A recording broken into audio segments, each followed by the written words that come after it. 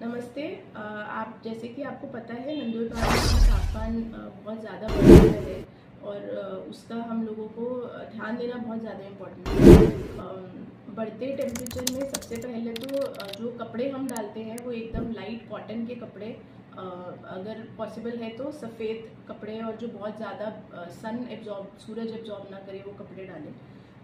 बहुत तनाव वाले काम या बहुत बढ़ते तापमान जैसे बॉयलर के काम, फैक्ट्री के काम, ये जो भी आपको करना है ये सुबह बहुत जल्दी या फिर शाम को कीजिए और बहुत धूप में बाहर निकलना अवॉइड कीजिए। अगर आप बाहर धूप में हैं और आपको थकान हो रहा है या चक्कर आ रहे हैं तो ये सब आपको हीट वेव या हीट स्ट्रोक के सिम्टम्स हो सकते हैं। इनको समझना और ये समझना बहुत इम्पॉर्टेंट है कि आपको हीट स्ट्रोक हो रहा है जिसकी वजह से बेहोशी या मृत्यु तक भी पॉसिबिलिटी है जाने की। तो इसके लिए महाराष्ट्र शासन ने और नंदुरबार का जो डिस्ट्रिक्ट एडमिनिस्ट्रेशन है, हमने ऊष्माघात कक्ष इस्टेब्लिश किए हैं। ग्राम पंचायत में जो सभागृह है वहाँ पे हम ऊष्माघात कक्ष इस्टेब्लिश कर रहे हैं। RH और SDH में 2-2 बेड्स हम लोगों ने इसके लिए रखे हैं और सिविल हॉस्पिटल में भी एक स्पेशल सेंटर ऊष्माघात कक्ष करके अप्रैल और मई में इस्टेब्लिश किया जा रहा है। तो कुछ भी आपको सिम्टम्स रहे तो आपके आसपास जो आरोग्य यंत्रणा है उनको कृपया इन्फॉर्म कीजिए, सो दैट वो आपको जो भी नेसेसरी मेडिकल केयर है वो समय पर आपको दे सके।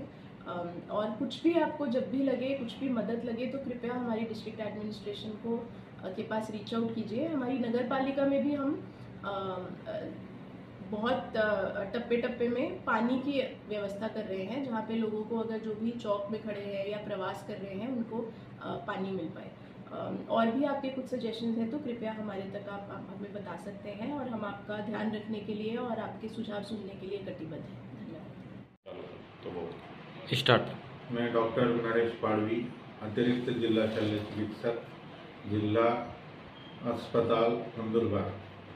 तो अभी मार्च महीना शुरू हुआ है और मार्च महीने 1 मार्च से अपन 31 जुलाई तक ये जो पीरियड रहता है, ये पीरियड में ज़्यादा हीट रहती है। उस ज़्यादा हीट की वजह से बहुत से ये पीरियड में ऊष्माघात के पेशेंट अस्पतालों में भर्ती होते हैं। बहुत से लोग कुछ लोगों की उसमें मृत्यु भी हो जाती है। तो उसके लिए क्या लक्षण रहते हैं कि ऊष्माघात में वो जो पेशेंट है उसको बेहोश हो सकता है, उसको ज़्यादा पसीना आ सकता है, कभी कभी उसको चक्कर भी आ सकती है और बहुत बार अगर उसने ध्यान नहीं दिया तो उसकी पेशेंट की जान भी जा सकती है। तो उसके लिए अपन क्या अपने ख्याल रखेंगे, तो उसके लिए अपन जब अपन घर से बाहर पड़ेंगे तो अपने साथ छाता रखो या अपन लूज कपड़े पहनो या अपन प्रीफर करो कि अपन अपना जो कपड़ा है वो सफ़ेद कलर का हो